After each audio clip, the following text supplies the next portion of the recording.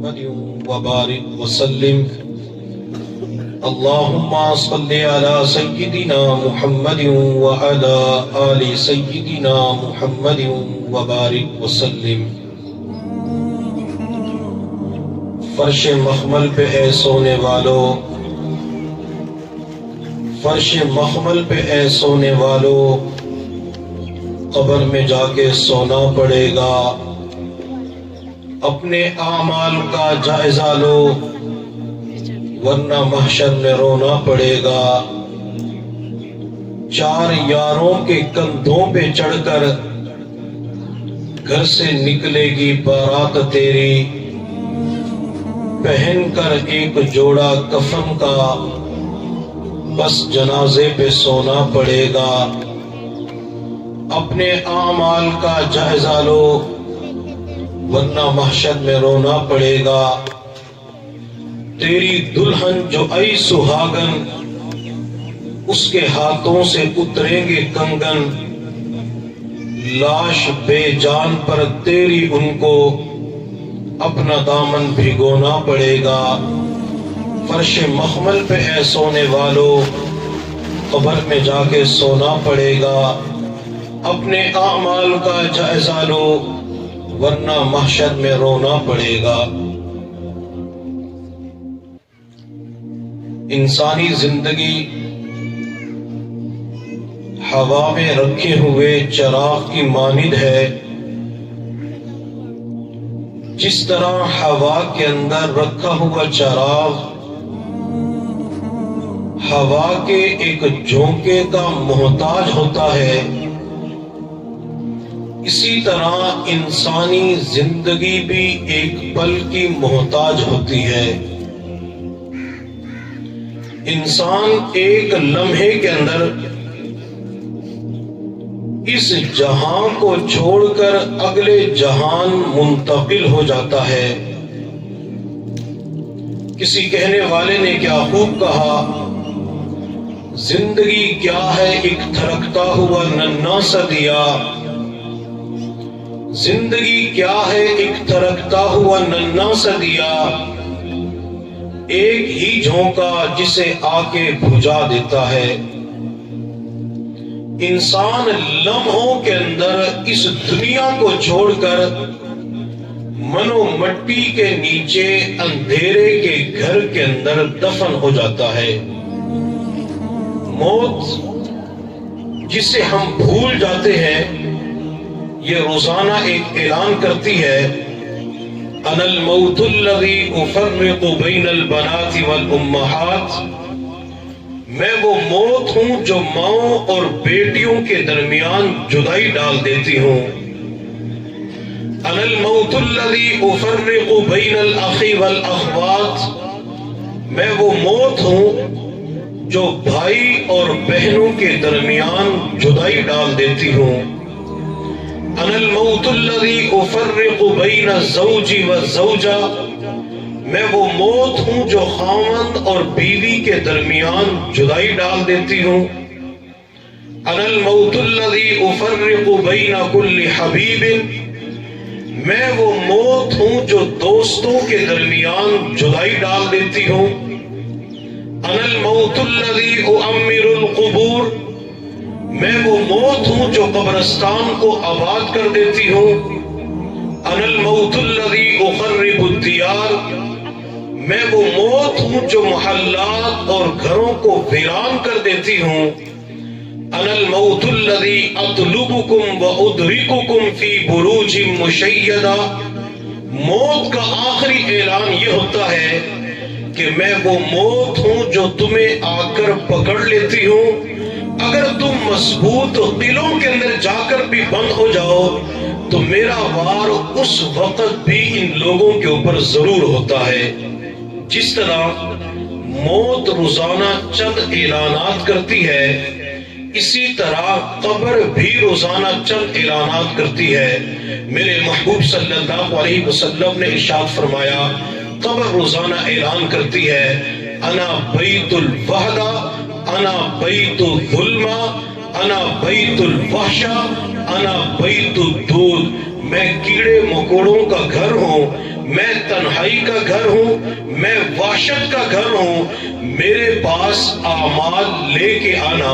میرے محبوب صلی اللہ علیہ وسلم ایک مرتبہ اپنے گھر سے باہر تشریف لائے تو مسجد نبوی کے اندر چند صحابہ کو دیکھا جو کھل کھلا کر ہنس رہے تھے، تو میرے محبوب صلی اللہ علیہ وسلم نے ارشاد فرمایا، والذی نفسی بیدی، قسم ہے اس ذات کی جس کے قبضے قدرت میں میری جان ہے، لو تعلمون ما اعلم، اگر تم وہ جان لو جو میں جانتا ہوں، لضحکتم قلیلا ولا بکیتم کثیرا، تم زیادہ رونا شروع کر دو اور ہنسنا کم کر دو۔ اور یہ تو حضور صلی اللہ علیہ وسلم کا اس امت کے اوپر احسان عظیم ہے کہ جس محبوب صلی اللہ علیہ وسلم نے مرنے کے بعد کے حالات و واقعات کو بیان کر دیا کہ مرنے کے بعد جب قبر کے اندر دفن کیا جاتا ہے تو مردے کے ساتھ کیا گزرتی ہے، قبر اس کے ساتھ سلوک کیا کرتی ہے، قبر کے کیڑوں کے ساتھ واسطہ کیسے پڑھنا ہوتا ہے۔ حضور صلی اللہ علیہ وسلم نے ارشاد فرمایا کہ اگر اللہ تعالی مرنے کے بعد قبر کے حالات تمہارے سامنے کر دے تو تم قبر کے ڈر کی وجہ سے مردوں کو دفنانا چھوڑ دو گے۔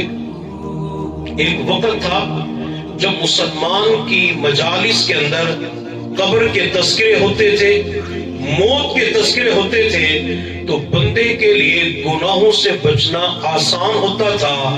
اور جس دن سے موت کے تذکرے ختم ہو گئے، قبر کے تذکرے ختم ہو گئے، میدان محشر کے تذکرے ختم ہو گئے، جہنم کے تذکرے ختم ہو گئے، تو انسان کے لیے گناہوں کی دلدل میں پھنسنا، گناہوں کے سمندر میں ڈوب جانا یہ بہت زیادہ آسان ہو چکا ہے۔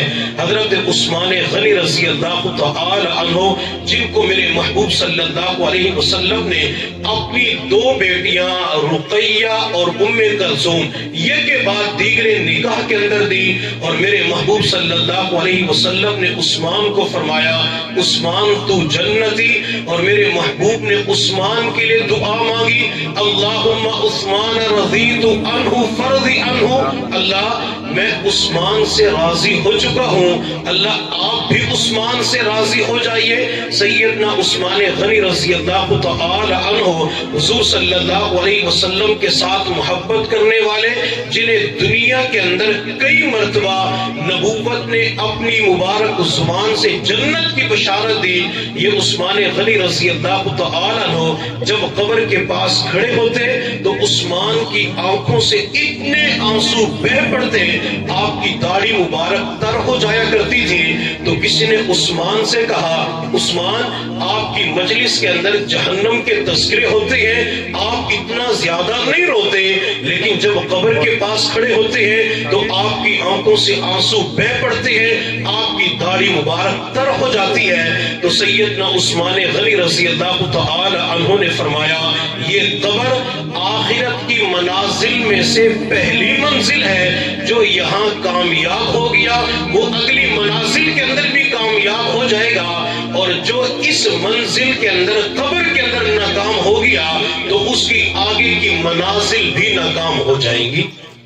اور سیدنا عثمان غنی رضی اللہ تعالی عنہ ایک جملہ فرمایا کرتے تھے، لو وقفت بین الجنت والنار، اگر قیامت کے دن اللہ تعالی جنت اور جہنم کے درمیان کھڑا کر کے مجھ سے پوچھے، عثمان تیرے سامنے دو آپشن ہیں، دو راستے ہیں، عثمان ہم تیری زندگی کے پل پل کا حساب و کتاب لیتے ہیں، جو رزلٹ نکلے گا، نتیجہ نکلے گا، اس کے مطابق فیصلہ کر دیا جائے گا، یا جنت میں چلا جائے گا یا جہنم کا حقدار بن جائے گا۔ اور عثمان دوسرا آپشن یہ ہے، ہم تجھ سے حساب و کتاب نہیں لیتے بلکہ تجھے مٹی بنا دیتے ہیں۔ تو سیدنا عثمان غنی رضی اللہ تعالی عنہ فرمایا کرتے تھے، جب اللہ مجھ سے میری پسند پوچھے گا میں اللہ کو اپنی چوائس بتلاؤں گا، اپنی پسند بتلاؤں گا، اللہ میں حساب و کتاب کے قابل نہیں ہوں، اللہ میں حساب و کتاب نہیں لے سکتا، تو مجھے مٹی بنا دے، میں مٹی ہونے کو پسند کرتا ہوں۔ وہ قیامت کے حوالے سے بھی ڈرتے تھے اور قبر کے حوالے سے بھی ڈرتے تھے۔ حضرت عمر بن عبدالعزیز رحمۃ اللہ علیہ جو نیک بادشاہوں کے اندر ایک بادشاہ گزرے ہیں اور جن کو عمر ثانی بھی کہا جاتا تھا، یہ عمر بن عبدالعزیز رحمۃ اللہ علیہ ایک جنازے کے ساتھ قبرستان میں تشریف لے گئے۔ جب قبرستان کے اندر پہنچے تو سب سے الگ تھلگ ایک قبر کے پاس جا کے بیٹھ گئے تو کسی شخص نے کہا، عمر آپ اس جنازے کے ولی تھے، آپ بھی سب سے دور جا کے بیٹھ گئے۔ حضرت عمر بن عبدالعزیز رحمۃ اللہ علیہ نے فرمایا کہ جب میں اس قبر کے پاس پہنچا تو قبر نے مجھے مخاطب کر کے کہا، عمر تو مجھ سے یہ کیوں نہیں پوچھتا میں آنے والے مردوں کے ساتھ کیا سلوک کرتی ہوں؟ حضرت عمر بن عبدالعزیز رحمۃ اللہ علیہ فرماتے ہیں، میں نے قبر کو مخاطب کر کے کہا کہ جب تیرے پاس کسی بندے کو دفن کیا جاتا ہے تو مردے کے ساتھ سلوک کیا کرتی ہے؟ تو قبر کے اندر سے جواب آیا، عمر جب بھی کسی بندے کو میرے پاس دفن کیا جاتا ہے میں کفن کو پھاڑ کے رکھ دیتی ہوں، میں گوشت ہڈیوں سے جدا کر دیتی ہوں اور ہڈیوں کو ان کے جوڑ سے جدا کر دیتی ہوں، میں ٹانگوں کو رانوں سے جدا کر دیتی ہوں، رانوں کو کولے سے جدا کر دیتی ہوں، بازو کندھے سے جدا کر دیتی ہوں۔ حضرت عمر بن عبدالعزیز رحمۃ اللہ علیہ یہ بات کہہ کے رونا شروع کر دیتے ہیں اور پھر لوگوں کی طرف دیکھ کے فرمایا، لوگوں ہر بندے نے اس قبر کے اندر دفن ہونا ہے، امیر نے بھی جانا ہے، غریب نے بھی جانا ہے، پڑھے لکھے نے بھی جانا ہے، جاہل نے بھی دفن ہونا ہے۔ جو بندہ اس دنیا کے اندر سے اعمال کی دولت کو لے کے جائے گا یہ بندہ اس قبر کے اندر کامیاب ہو جائے گا۔ میرے محبوب صلی اللہ علیہ وسلم نے اپنی لخت جگر جنتی عورتوں کی سردار حسنین کریمین کی والدہ سیدہ فاطمہ الزہرا رضی اللہ تعالی عنہ سے فرمایا، بیٹی فاطمہ قبر کے اندر حسب نسب کام نہیں آئے گا، قبر کے اندر اعمال کام آئیں گے، تو اپنے ساتھ اعمال کو لے کے جانا۔ حضرت حسن بصری رحمۃ اللہ علیہ فرماتے ہیں، میں رات کے اندھیرے میں بیت اللہ کا طواف کر رہا تھا، جب میں طواف کر کے فارغ ہوا تو میں نے ایک شخص کو دیکھا جس نے بیت اللہ کے غلاف کعبہ کو پکڑا ہوا اور زاروں قطار رو رہا تھا۔ حضرت حسن بصری فرماتے ہیں، مجھے اس کا چہرہ نظر نہیں آ رہا تھا تو میں بڑا حیران پریشان ہو گیا کہ رات کے اندھیرے میں بیت اللہ کی دیواروں کے ساتھ چمٹ کر غلاف کعبہ پکڑ کر اللہ سے رو رو کے معافیہ مانگ رہا ہے، پتہ نہیں اس نوجوان سے کون سا گناہ سرزد ہو گیا۔ وہ کافی دیر تک روتا رہا۔ حضرت حسن بصری رحمۃ اللہ علیہ فرماتے ہیں، میں اس شخص کی چیخوں کو سن کے خود رو پڑا، حتیٰ کہ کافی دیر کے بعد جب وہ شخص بیت اللہ سے پیچھے ہٹا تو میں ان کے قریب آیا۔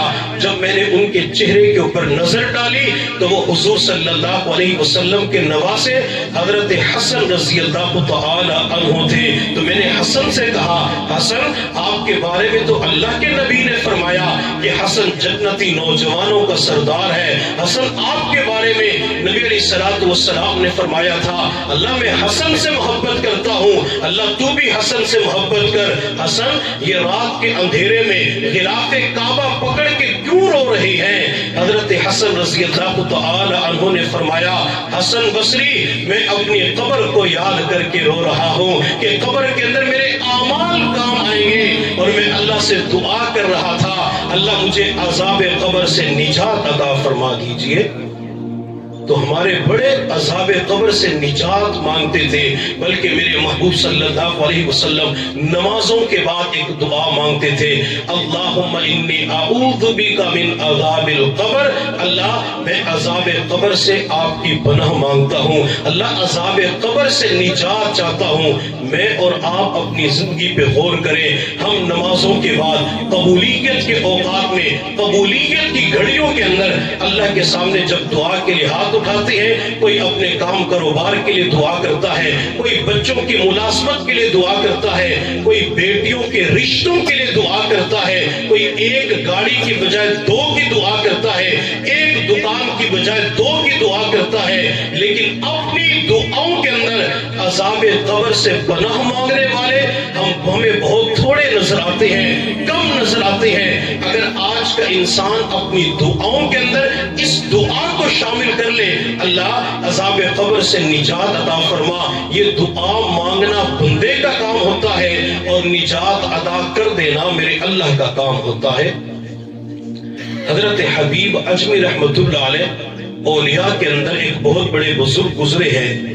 جب ان کے انتقال کا وقت قریب آیا تو زار و قطار رو رہے تھے، تو کسی نے کہا حبیب آپ موت کے خوف کی وجہ سے رو رہے ہیں، موت کے ڈر کی وجہ سے رو رہے ہیں؟ تو حضرت حبیب اجمی رحمت اللہ علیہ نے فرمایا میں اس بات پہ رو رہا ہوں کہ سفر لمبا ہے اور توشہ تھوڑا ہے، نیکیاں تھوڑی ہیں، سفر بہت طویل ہے اور رب ذوالجلال سے ملاقات کرنی ہے۔ قیامت تک کے لیے میں نے قبر کے اندر تنے تنہا وقت گزارنا ہے، نہ میرے پاس اس وقت والدہ ہوگی، نہ والد ہوگا، نہ کوئی دوست احباب ہوں گے، نہ رشتہ دار ہوں گے، میں قبر کے اندر تنے تنہا پڑا ہوں گا۔ اور اگر قیامت کے دن اللہ تعالیٰ نے مجھ سے صرف ایک سوال کر لیا، حبیب تو نے 60 سال زندگی گزاری ہے، ان 60 سالوں کے اندر کوئی ایک تصویر تو ایسی پیش کر دے جس کے اندر دنیا والوں کا عمل دخل نہ ہو، تو نے صرف اور صرف میری خاطر اس ذکر کا اہتمام کیا ہو، تو حبیب اجمی رحمت اللہ علیہ فرمایا کرتے تھے میں اللہ کو جواب نہیں دے سکتا، میں اللہ رب العزت کو اپنی زندگی کے پل پل کا حساب و کتاب نہیں دے سکتا۔ ایک اللہ والے نے اپنے بیٹے کو کریانے کی دکان بنا کے دی، جب بیٹا دکان پہ گیا تو والد نے اپنے بیٹے سے کہا بیٹا روزانہ شام کے وقت مجھے حساب و کتاب دینا ہے، کیا کمایا، کیا خرچ ہوا، کتنی پرافٹ ہوئی، کتنا نقصان ہوا۔ وہ بچہ چند دن تک حساب و کتاب دیتا رہا، چند دن کے بعد کہنے لگا ابو یہ روزانہ کا حساب و کتاب دینا میرے لیے مشکل ہے، میں روزانہ کا حساب نہیں دے سکتا۔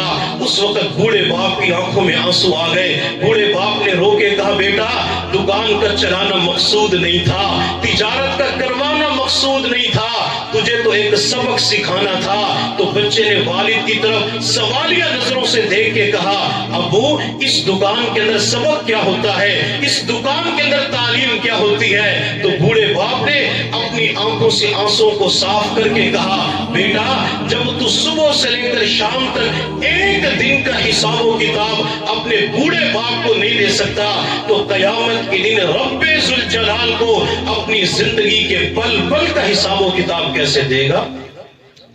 انسان نے زندگی کے پل پل کا حساب و کتاب اپنے رب کو دینا ہے۔ حضرت عمر فاروق رضی اللہ تعالی عنہ کے دور خلافت میں ایک نوجوان اپنے والد کی خدمت کیا کرتا تھا، ماں دنیا سے جا چکی تھی۔ ایک مرتبہ یہ نوجوان حضرت عمر فاروق رضی اللہ تعالی عنہ کے پاس آیا، آپ کے پیچھے نماز پڑھی۔ جب نماز پڑھ کے واپس گیا تو راستے کے اندر ایک عورت اس کا انتظار کر رہی تھی، اور اس نوجوان کا زبردستی ہاتھ پکڑ کر اندر لے جانا چاہا، تو اس نوجوان نے اسی وقت قرآن پاک کی آیت پڑھی وَلِمَنْ خَافَ مَقَامَ رَبِّهِ جَنَّتَانِ، جو اپنے رب کے سامنے کھڑا ہونے سے ڈر جاتا ہے اللہ اسے 2 جنتیں عطا فرماتے ہیں۔ نوجوان نے یہ آیت پڑھی، چیخ ماری، حتیٰ کہ بے ہوش ہو کے زمین پہ گر پڑا۔ وہ خاتون اپنے گھر کے اندر چلی گئی۔ اب دوسری طرف بوڑھا باپ اپنے بچے کا انتظار کر رہا تھا کہ آج اتنی تاخیر کیوں ہو گئی، بچے نے میرے جسم کی مٹھی چاپی کرنی تھی، جسم دبانا تھا۔ اب والد اپنے بچے کو تلاش کرنے کے لیے گھر کی 4 دیواری سے باہر نکل پڑا۔ وہ بچہ راستے کے اندر بے ہوش پڑا ہوا تھا، تو والد اپنے بیٹے کو لے کے گھر چلا گیا۔ جب بچے کو تھوڑی دیر کے بعد ہوش آیا تو بوڑھے باپ نے پوچھا بچہ بے ہوش کیوں ہو گئے، راستے کے اندر کیوں پڑے ہوئے تھے؟ تو بچے نے اپنے والد کے چہرے کی طرف دیکھ کے کہا ابو ایک عورت مجھ سے زنا کروانا چاہتی تھی، بدکاری کے اندر مبتلا کرنا چاہتی تھی، لیکن میرے سامنے قرآن کی آیت آئی جس کے اندر اللہ فرماتے ہیں جو ہر قسم گناہوں کو چھوڑ دے گا میں اسے 2 جنتیں عطا کروں گا۔ بس میرے اوپر بے ہوشی طاری ہو گئی، میں بے ہوش ہو کے زمین پہ گر پڑا۔ اب اس نوجوان نے اپنے والد کو جب یہ واقعہ سنایا، اس نوجوان نے پھر چیخ ماری۔ اللہ کی شان، اس نوجوان کے جسم سے روح پرواز کر جاتی ہے۔ بوڑھے باپ کی آنکھوں کے سامنے وہ بچہ دنیا سے چلا جاتا ہے. آپ بھی اولاد والے ہیں, تھوڑی دیر کے لیے تصور کریں, جس بوڑھے باپ کے سامنے اس کا جوان بچہ اس کی آنکھوں کے سامنے دنیا سے چلا جائے, اس بوڑھے باپ کے دل کے اوپر کیا گزری ہوگی, اس بوڑھے باپ نے اتنے بڑے صدمے کو کیسے برداشت کیا ہوگا. یہ تو جوان تھا. میرے محبوب صلی اللہ علیہ وسلم کے بیٹے جب ابراہیم کا آخری وقت آیا, 16 یا 17 مہینے کی عمر تھی, میرے محبوب نے ابراہیم کو یوں اٹھایا ہوا تھا, اپنے مبارک سینے کے ساتھ لگایا, حتیٰ کہ اسی حال میں ابراہیم کی روح پرواز کر جاتی ہے.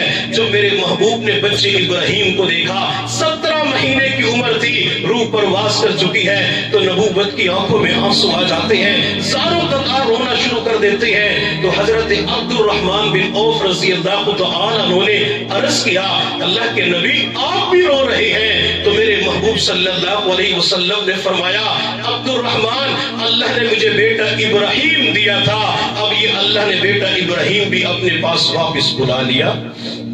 تو پیغمبر بھی اپنے بچے کی وجہ سے روتے ہوئے نظر آتے ہیں. تو وہ بوڑھا والد جس کے سامنے بچہ دنیا سے چلا گیا, اس کی آنکھوں میں آنسو آ جاتے ہیں. چنانچہ والد نے لوگوں کو جمع کیا, لوگوں نے جمع کر کے اس نوجوان کو غسل دیا, کفن پہنایا, تدفین کر دی. چند دنوں کے بعد اس بوڑھے والد نے حضرت عمر فاروق رضی اللہ تعالی عنہ کو بتلایا, امیر المؤمنین, میرا بیٹا دنیا سے جا چکا ہے اور یہ معاملہ پیش آیا تھا. حضرت عمر فاروق رضی اللہ تعالی عنہ نے فرمایا کہ مجھے اس کی قبر پہ لے چلو. چنانچہ امیر المؤمنین جب اس کی قبر پہ پہنچے تو حضرت عمر فاروق رضی اللہ تعالی عنہ نے دعا کرنے کے بعد اس نوجوان کی قبر پہ کھڑے ہو کر وہی آیت پڑھی جس آیت کی وجہ سے نوجوان نے اپنے آپ کو بدکاری کے گناہ سے بچایا تھا, وَلِمَنْ خَافَ مَقَامَ رَبِّهِ جَنَّتَانِ. حضرت عمر فرماتے کہ جو ہی میں نے یہ آیت پڑھی تو قبر کے اندر سے جواب آتا ہے, عمر, اللہ رب العزت نے مجھے 2 جنتیں عطا فرما دی ہیں.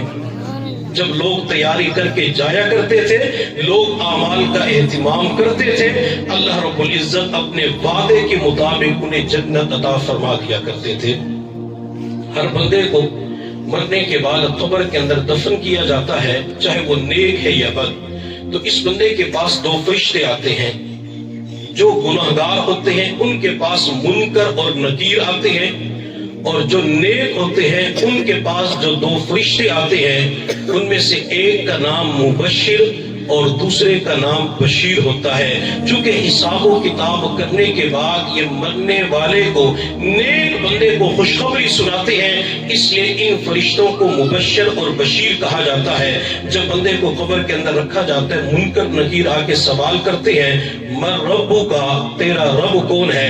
جس نے اللہ کی عبادت کی ہوتی ہے, جس نے رب کی مان کر زندگی گزاری ہوتی ہے, تو قبر کے اندر جواب دیتے ہیں, ربی اللہ, میرا رب اللہ ہے. تو فرشتے دوسرا سوال کرتے ہیں حضور صلی اللہ علیہ وسلم کے بارے میں, اور بعض روایات میں آتا ہے کہ نبی علیہ السلام کا چہرہ قبر کے اندر اس مردے کے سامنے کر دیا جاتا ہے, اور اس مردے سے پوچھا جاتا ہے کہ ان کے بارے میں تو کیا کہتا ہے, جس نے نبی علیہ السلام کی سنتوں کی پیروی کی ہوتی ہے, آپ کے نقش قدم پہ زندگی گزاری ہوتی ہے. تو جواب دیتے ہیں, یہ رو میرے نبی ہیں, ان کا نام محمد ہے صلی اللہ علیہ وسلم. فرشتے تیسرا سوال کرتے ہیں, ما دینوں کا, تیرا دین کیا ہے؟ اگر یہ بندہ اسلام کے مطابق زندگی گزار کے جاتا ہے تو فوراً جواب دیتے, دینی الاسلام, میرا دین تو اسلام ہے.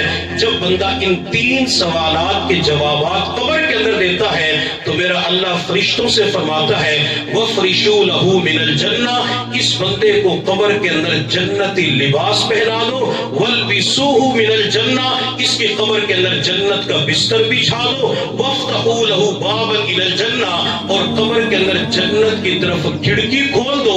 چنانچہ جنتی لباس پہنا دیا جاتا ہے, جنتی بستر بچھا دیا جاتا ہے, جنت کی طرف کھڑکی کھول دی جاتی ہے, اور میرے اللہ کی جانب سے چوتھا اعلان ہوتا ہے, نم کا نومت العروس فانس میرے بندے آج تو قبر کے اندر دلہن کی طرح سو جا. اب یہ اللہ کیوں فرماتے کہ دلہن کی طرح سو جا؟ تو محدثین نے ایک نکتہ بیان فرمایا کہ جب کوئی بندہ کسی لڑکی سے شادی کر کے دلہن بنا کے اپنے گھر کے اندر لے کے آتا ہے، اگر کسی وجہ سے دلہن کی پہلی رات آنکھ لگ جاتی ہے تو اسے اٹھانے کے لیے اس کا محبوب جاتا ہے، اس کا خاوند جاتا ہے، اور جب بیڈ کے اوپر بیوی کی دلہن کی آنکھ کھلتی ہے تو سب سے پہلے خاوند کے چہرے کے اوپر نظر پڑتی ہے. اب جس نیک بندے سے اللہ فرماتے ہیں کہ دلہن کی طرح سو جا، تو قیامت کے دن اللہ تعالیٰ اس بندے کو خود اٹھائیں گے. میرے بندے اب تو کھڑا ہو جا، میرے بندے اب تو بیدار ہو جا. اور جب بندے کی آنکھ کھلے گی تو سب سے پہلے اس بندے کی نظر اپنے رب کے چہرے کے اوپر جائے گی. بندہ سب سے پہلے رب کا دیدار کرے گا.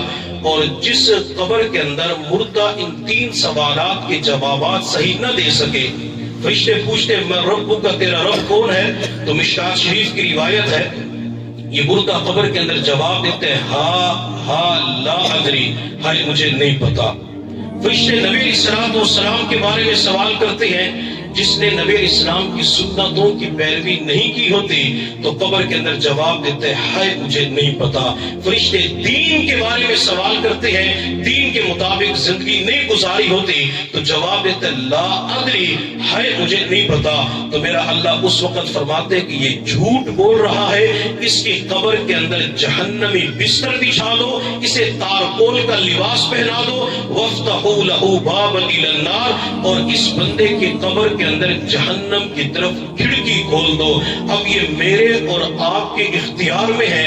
اگر ہم یہ چاہتے ہیں کہ قبر کے اندر ہمیں جنتی ماحول ملے تو دنیا کے اندر اعمال کی زندگی گزارنی ہوگی. اگر اعمال اپنے ساتھ نہ لے کے گئے تو اللہ تعالیٰ پھر قبر کے اندر جہنمی ماحول عطا کریں گے. یہ عذاب قبر کیوں ہوتا ہے؟ قبر کے اندر مردے کے اوپر عذاب کیوں مسلط کیا جاتا ہے؟ تو بات اپنی طرف سے نہیں کروں گا.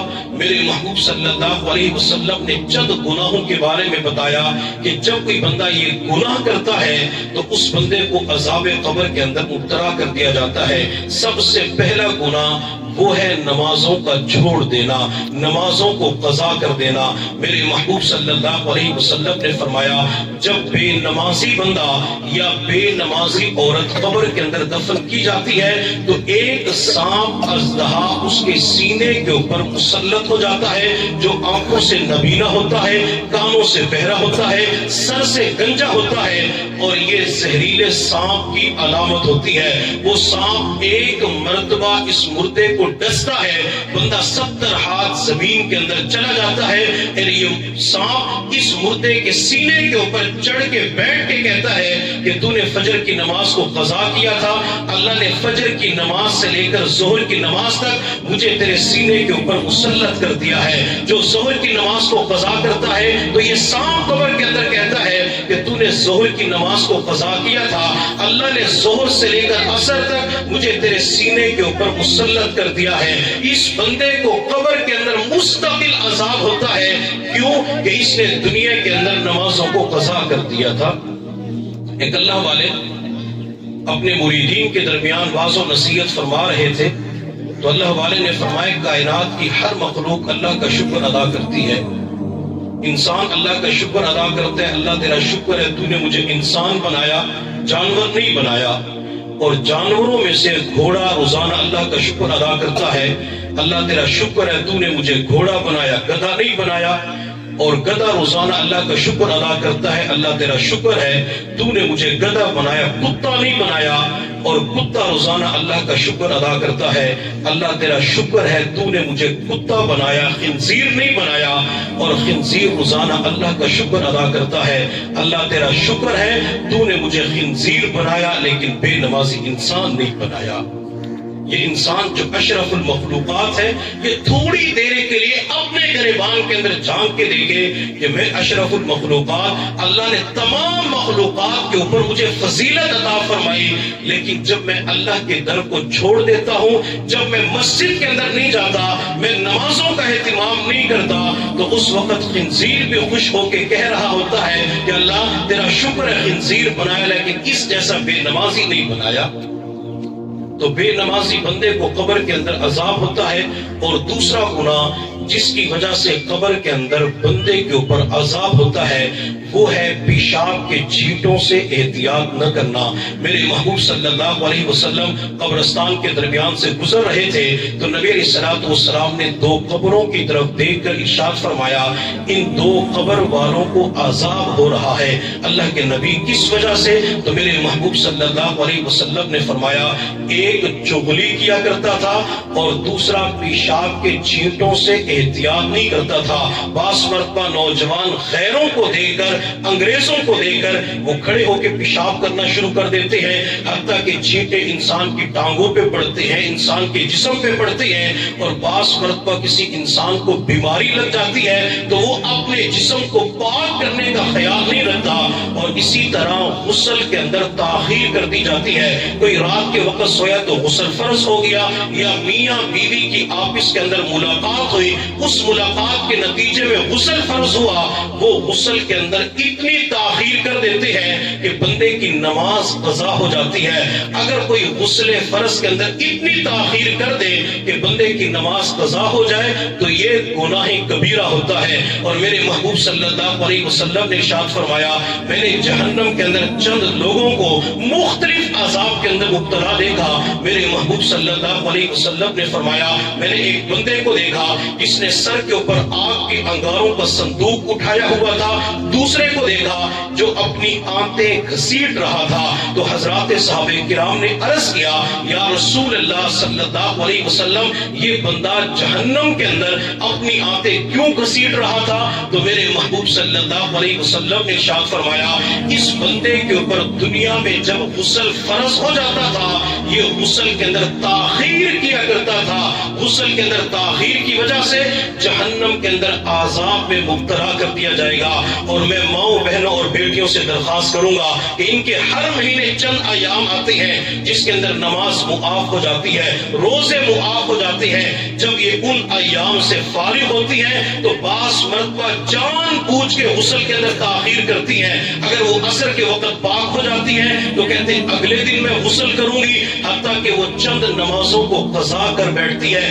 جو ہی عورت اپنے شرعی ایام سے فارغ ہو جائے، پاک ہو جائے، وہ غسل کے اندر جلدی کیا کرے۔ اور اس کو تو میڈیکل سائنس بھی مانتی ہے۔ میڈیکل سائنس یہ کہتی ہے کہ جب بندہ جو کسی ملاقات کرتا ہے بندے کے اوپر غسل فرض ہوتا ہے تو بعض مرتبہ بندے کے جسم سے جراثیم نکلتے ہیں، اگر بندہ غسل کے اندر جلدی کر لیتا ہے وہ سارے جراثیم صاف ہو جاتے ہیں، لیکن اگر غسل کے اندر جلدی نہ کرے تاخیر کر دیتا ہے یہ جراثیم مسام کے ذریعے انسان کے جسم کے اندر چلے جاتے ہیں، حتیٰ کہ انسان مختلف جسمانی امراض کے اندر مبتلا ہو جاتا ہے۔ تو غسل کے اندر تاخیر کی وجہ سے اور پیشاب کے چھینٹوں سے احتیاط نہ کرنے کی وجہ سے بندہ عذاب قبر کے اندر مبتلا ہو جاتا ہے۔ اور اسی طرح عذاب قبر کے اندر جو مبتلا کیا جاتا ہے وہ ہے خواتین کا بے پردگی کا اہتمام کرنا، خواتین کا پردہ نہ کرنا۔ جب بھی کوئی خاتون بے پردگی کے اندر مبتلا ہو جاتی ہے تو میرے محبوب صلی اللہ علیہ وسلم نے فرمایا کہ مرنے کے بعد اسے عذاب قبر کے اندر مبتلا کر دیا جائے گا۔ میرے محبوب صلی اللہ علیہ وسلم نے ایک مرتبہ حضرات صحابہ کرام سے فرمایا میرے صحابہ دنیا کی سب سے بہترین عورت کون ہے؟ حضرت علی المرتضیٰ رضی اللہ تعالیٰ عنہ مجلس نبی سے اٹھے، اپنے گھر تشریف لے گئے اور سیدہ طاہرہ عابدہ زاہدہ فاطمہ الزہرا رضی اللہ تعالی عنہا سے فرمایا فاطمہ آج اللہ کے نبی نے یہ سوال کیا ہے کہ دنیا کی سب سے بہترین عورت کون ہے؟ تو سیدہ فاطمہ الزہرا رضی اللہ تعالی عنہا نے جواب دیا علی دنیا کی سب سے بہترین عورت وہ ہے جو نہ تو خود نامحرم کی طرف دیکھے اور نہ کوئی نامحرم اس کے چہرے کی طرف دیکھے. حضرت علی رضی اللہ تعالی عنہ فاطمہ کی زبان سے نکلنے والے اس جواب کو لے کر حضور صلی اللہ علیہ وسلم کی خدمت میں پہنچے. عرض کہ اللہ کے نبی, دنیا کی سب سے بیسٹ عورت یہ ہوتی ہے. تو میرے محبوب صلی اللہ علیہ وسلم نے فرمایا, علی یہ جواب کس نے دیا ہے؟ تو حضرت علی رضی اللہ تعالی عنہ نے عرض کیا, اللہ کے نبی آپ کی بیٹی نے جواب دیا ہے. تو میرے محبوب صلی اللہ علیہ وسلم نے مسکراتے چہرے کے ساتھ فرمایا, علی ایسا جواب میری بیٹی فاطمہ ہی دے سکتی ہے. تو نبی علیہ السلام کی بیٹی کو بھی پتا تھا کہ دنیا کی بہترین عورت کون ہوتی ہے. تو خواتین کو چاہیے کہ اپنے آپ کو بچانے کی کوشش کیا کریں. گھر سے جب بھی باہر نکلیں تو بے پردگی کا اہتمام نہ کیا کریں, پردہ کر کے گھر کی چار دیواری سے باہر نکلا کریں. اور بعض مرتبہ خواتین دوسروں کی دیکھا دیکھی اس برقعے کی نعمت کو اتار دیتی ہیں, خواتین بے پردگی کے اندر آ جاتی ہیں.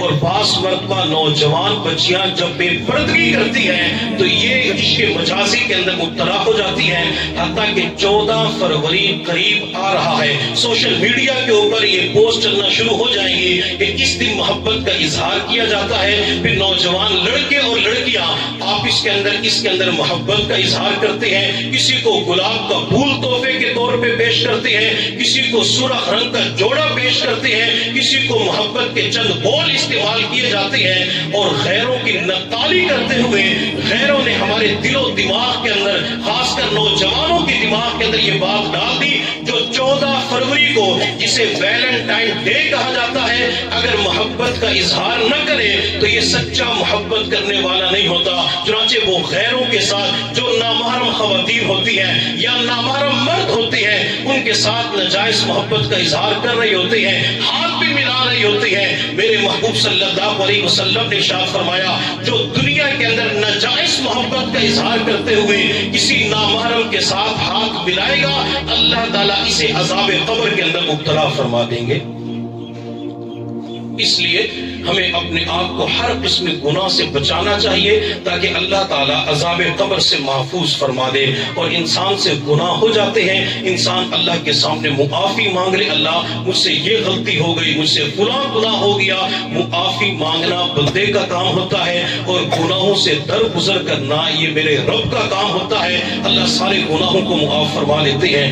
آخری واقعہ بیان کر کے اپنی بات کو مکمل کرتے ہیں. حضرت ابو ذر غفاری رضی اللہ تعالی عنہ فرماتے ہیں, حضور صلی اللہ علیہ وسلم نے مسجد نبی کے اندر مغرب کی نماز پڑھائی اور مغرب کی نماز کے اندر آیت توبہ کی تلاوت فرمائی. یا ایھا الذین آمنوا توبوا الی اللہ توبۃ نصوحا, ایمان والو پکی سچی سچی توبہ کرو. حضرت ابو ذر غفاری رضی اللہ تعالی عنہ فرماتے ہیں کہ جب میں نے اس آیت کو سنا تو میرے دل کے اوپر چوٹ لگی, حتیٰ کہ میری آنکھوں سے آنسو بہنا شروع ہو گئے. میں نماز کے اندر روتا رہا, جب نماز سے فارغ ہوا پھر بھی رو رہا تھا, حتیٰ کہ میں نے ارادہ کر لیا کہ میں آج کی رات اللہ کے سامنے سچی توبہ کروں گا. حضرت ابو ذر غفاری فرماتے کافی دیر کے بعد عشاء کا وقت ہوا, میں عشاء کی نماز پڑھ کے گھر چلا گیا اور رات کے گزرنے کا انتظار کرنے لگا. جب رات کا کافی حصہ بیت گیا تو میں اپنے گھر سے باہر نکلا. میں نے اپنے چہرے کو کپڑے کے ساتھ چھپایا, دائیں بائیں دیکھا تو مجھے کوئی چلتا ہوا نظر نہ آیا. میں رات کے اندھیرے میں مسجد نبی کے اندر پہنچا تو مسجد کے اندر روشنی کا انتظام نہیں تھا, کوئی چراغ نہیں جل رہا تھا. حضرت ابو ذر غفاری فرماتے ہیں میں نے ارادہ کیا کہ 2 نفل پڑھ لیتا ہوں, اس کے بعد اللہ کے سامنے معافی مانگوں گا. حضرت ابو ذر غفاری فرماتے میں نے 2 رکعت نماز کی نیت باندھی, نماز پڑھنا شروع کر دی. میں نماز پڑھ رہا تھا تو مسجد کے کونے سے کسی کے رونے کی آواز بلند ہوئی. میں نے جلدی سے اپنی نماز کو مکمل کیا, حیران تھا یہ مسجد کے اندر اس سے پہلے کون پہنچ گیا, رات کے اندھیرے کے اندر رو رہا ہے. حضرت ابو ذر غفاری فرماتے ہیں جس سمت سے آواز آ رہی تھی میں اسی سمت کی طرف چلا گیا. جب میں نے آواز پہ غور کیا وہ آواز مؤذن رسول حضرت بلال رضی اللہ تعالی عنہ کی تھی. بلال رو رہے تھے. حضرت ابو ذر غفاری فرماتے جب بلال دعا مانگ کے فارغ ہوئے تو میں نے بلال سے کہا کہ بلال ایک کام کرتے ہیں, تو دعا مانگ میں آمین کہوں گا, پھر میں دعا کروں گا تو آمین کہنا۔ حضرت بلال نے دعا مانگنا شروع کر دی، ابو ذر آمین آمین کہتے رہے، اور جب حضرت ابو ذر غفاری رضی اللہ تعالی عنہ کی باری آئی تو ابو ذر نے دعا کے لیے ہاتھ اٹھائے، اور دعا مانگتے مانگتے ابو ذر کی زبان سے عشق رسول کے اندر ایک دعا نکل جاتی ہے، اللہ جنت کے اندر اپنے محبوب کی رفاقت نصیب فرمانا۔ لیکن بلال کی طرف سے آمین کا جواب نہ آیا۔ حضرت ابو ذر نے دوسری مرتبہ یہی دعا مانگی، آمین کا جواب نہ آیا۔ تیسری مرتبہ محبت رسول میں دعا مانگی، لیکن بلال کی طرف سے جواب نہ آیا۔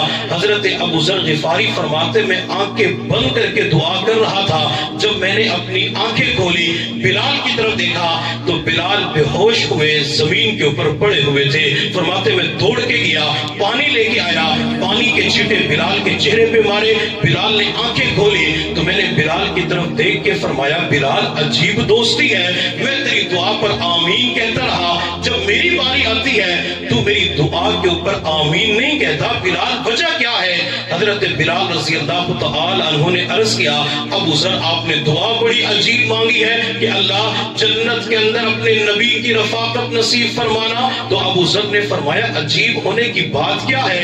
تو بلال کہنے لگے، ابو ذر آپ جانتے ہیں کہ ہمارے نبی امام الانبیاء ہیں، امام الرسول ہیں، اور یہ قیامت کے دن انبیاء کے ساتھ نور کے منبر پر ہوں گے، سردار اوپر ہوتا ہے، غلام نیچے ہوتا ہے، آپ یہ دعا نہ مانگو۔ حضرت ابو ذر نے فرمایا، بلال میں تو اللہ کے نبی کے بغیر نہیں رہ سکتا، میں تو جنت کے اندر بھی آپ کے ساتھ رہوں گا۔ حضرت بلال خاموش ہو گئے اور ابو ذر نے رونا شروع کر دیا، حتیٰ کہ حضور صلی اللہ علیہ وسلم اپنے حجرے سے مسجد نبی کے اندر تشریف لائے۔ میرے محبوب نے جو ہی اپنا قدم مبارک مسجد نبی کے حال میں رکھا، میرے محبوب کے چہرے انور کی نور کی شعائیں جب مسجد نبی کے حال پہ پڑی تو پوری مسجد نبی کا حال روشن ہو گیا، منور معطر ہو گیا۔ ان دونوں حضرات نے کھڑے ہو کر اللہ کے نبی کا استقبال کیا تو میرے محبوب کی ما زاغ البصر والی نگاہیں ابو ذر کی آنکھوں پہ پڑی، جن آنکھوں سے ٹپ ٹپ آنسو بہ رہے تھے۔ تو میرے محبوب نے فرمایا، ابو ذر کیوں رو رہے ہو؟ حضرت ابو ذر نے روتے ہوئے جواب دیا، اللہ کے نبی آپ کی محبت میں دعا کر رہا تھا، لیکن بلال کی طرف سے آمین کا جواب نہ آیا۔ میرے محبوب صلی اللہ علیہ وسلم نے فرمایا، بس یہی بات ہے جی اللہ کے نبی، اگر بلال آمین کہہ دیتا دل خوش ہو جاتا۔ تو میرے محبوب صلی اللہ علیہ وسلم نے فرمایا، ابو ذر تو مسجد میں رو رہا تھا، میرے پاس حجرے کے اندر فرشتوں کے سردار جبرائیل اللہ کا پیغام لے کے آئے، محبوب آپ مسجد کے اندر تشریف لے جائیے اور ابو ذر کی دعا پر آمین کہیے۔ ابو ذر کی چیخ نکل جاتی ہے، اللہ کے نبی آپ آمین کہیں گے؟ تو میرے محبوب نے فرمایا، ابو ذر میں خود چل کے نہیں آیا، رب العالمین نے مجھے بھیجا ہے کہ جائیے ابو ذر کی دعا پر آمین کہیے۔ چل ابو ذر دعا کے لیے ہاتھ اٹھا، دعا تو کرے گا، نبوت آمین کہے گی۔ ابو ذر نے دعا کے لیے ہاتھ اٹھا دیے، دعا مانگتے مانگتے ابو ذر کی زبان سے عشق رسول کے اندر پھر وہی دعا نکل جاتی ہے، اللہ جب تو نے رات کے اندھیرے میں نبوت کے قدموں کے اندر بٹھا دیا تو جنت کے اندر محبوب کے قدموں میں جگہ عطا کر دینا۔ میرے محبوب نے فرمایا آمین، ابو ذر نے دعا کو وہیں پہ ختم کر دیا۔ تو میرے محبوب صلی اللہ علیہ وسلم نے بلال ابو ذر ان دونوں کی طرف دیکھ کے فرمایا، بلال ابو ذر خوش ہو جاؤ، آج اللہ تعالیٰ نے تمہاری توبہ کو قبول فرما لیا ہے۔ تو ابو ذر جلدی سے بول پڑے، اللہ کے نبی کیا جنت کے اندر آپ کا ساتھ ملے گا، آپ کا پڑوس ملے گا؟ تو میرے محبوب صلی اللہ علیہ وسلم نے ارشاد فرمایا، ابو ذر جب قیامت کے دن میں جنت کی طرف جاؤں گا، میرے دائیں طرف بلال ہوگا اور بائیں طرف ابو ذر تو ہوگا۔ اب یہ حضرات معافی مانگنے کے لیے آئے، اللہ نے جہاں توبہ کو قبول کیا، اللہ نے وہاں عشق رسول کی دعاؤں کو بھی قبول کر لیا۔ تو ہمیں چاہیے ہم بھی اللہ کی بارگاہ میں بار بار معافی مانگ لیا کریں، توبہ استغفار کر لیا کریں، انشاءاللہ اللہ جہاں گناہوں کو معاف فرمائیں گے وہاں اللہ عذاب قبر سے بھی محفوظ فرما دیں گے۔ اللہ رب العزت کی بارگاہ میں دعا ہے اللہ تعالی ہم سب کو سمجھنے اور عمل کرنے کی توفیق عطا فرمائے۔ وآخر دعوانا ان الحمد للہ رب العالمین۔